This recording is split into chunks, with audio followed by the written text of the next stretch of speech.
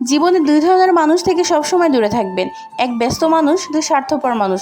কারণ ব্যস্ত মানুষ তাদের নিজের ইচ্ছে মতো আপনার সাথে কথা বলবে, আর স্বার্থপর মানুষগুলো নিজের দরকারে আপনার সাথে কথা বলবে। যাদের মন নরম মানুষ মনে করে সে বোকা, কিন্তু শর্ত হচ্ছে নরম মনের মানুষগুলো কিন্তু বোকা হয় না। তারা কিন্তু খুব ভালো করে জানে যে মানুষ তার সাথে কি করেছে, কিন্তু বারবার মানুষগুলোকে ক্ষমা করে দেয়। এবং তার এই ক্ষমাই কিন্তু প্রমাণ করে যে সে অনেক সুন্দর মনের একটা মানুষ, এবং সে এটাও জানে যে সম্পর্কগুলোকে কিভাবে ধরে রাখতে হয়।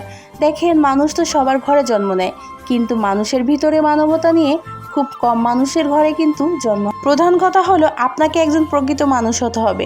আপনার সাথে মানুষ কে কী ব্যবহার করলো সেটা আপনি শুধু দেখবেন, মনে রাখবেন, কিন্তু সবসময় খারাপ ব্যবহার করবেন না।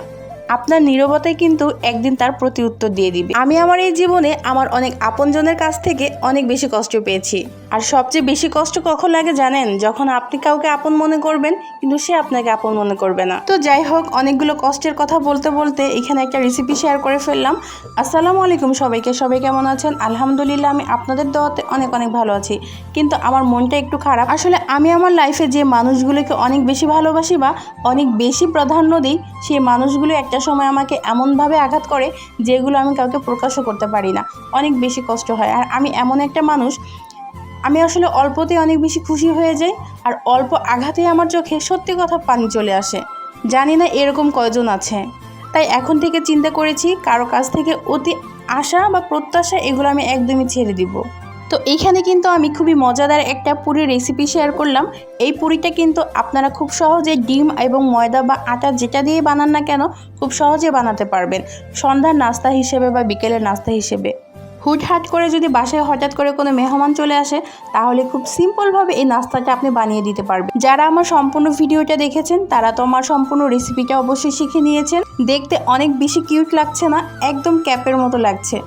আর আমার কাছে খাওয়ার থেকে দেখতে অনেক বেশি কিউট লাগছিল। আপনাদের কাছে কেমন লাগছে অবশ্যই কমেন্ট করে কিন্তু জানান। আর এই পুরি আইটেমগুলো যেহেতু তেল দিয়ে ভাজতে হয়, আর প্রতিদিন আসলে আমাদের তৈলাক্ত খাবার খাওয়াটা একদম উচিত না।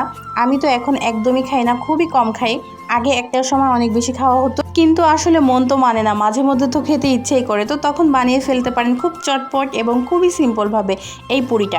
একদম ক্যাপ পুরি, আমি এটার নাম দিয়েছি ক্যাপ পুরি। খুব ভালো লাগছে না দেখতে? আমার এই রেসিপিটা আজকে আপনাদের কাছে কেমন লাগলো? যদি ভালো লেগে থাকে সুন্দর একটি কমেন্টস করে জানিয়ে যাবেন।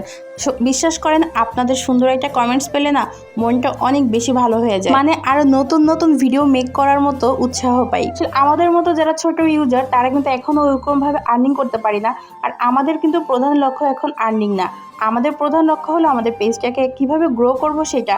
আর আপনারা যদি সুন্দর সুন্দর কমেন্টস করেন তাহলে অনেক অডিয়েন্সের কাছে আমাদের এই ভিডিওগুলো পৌঁছাবে।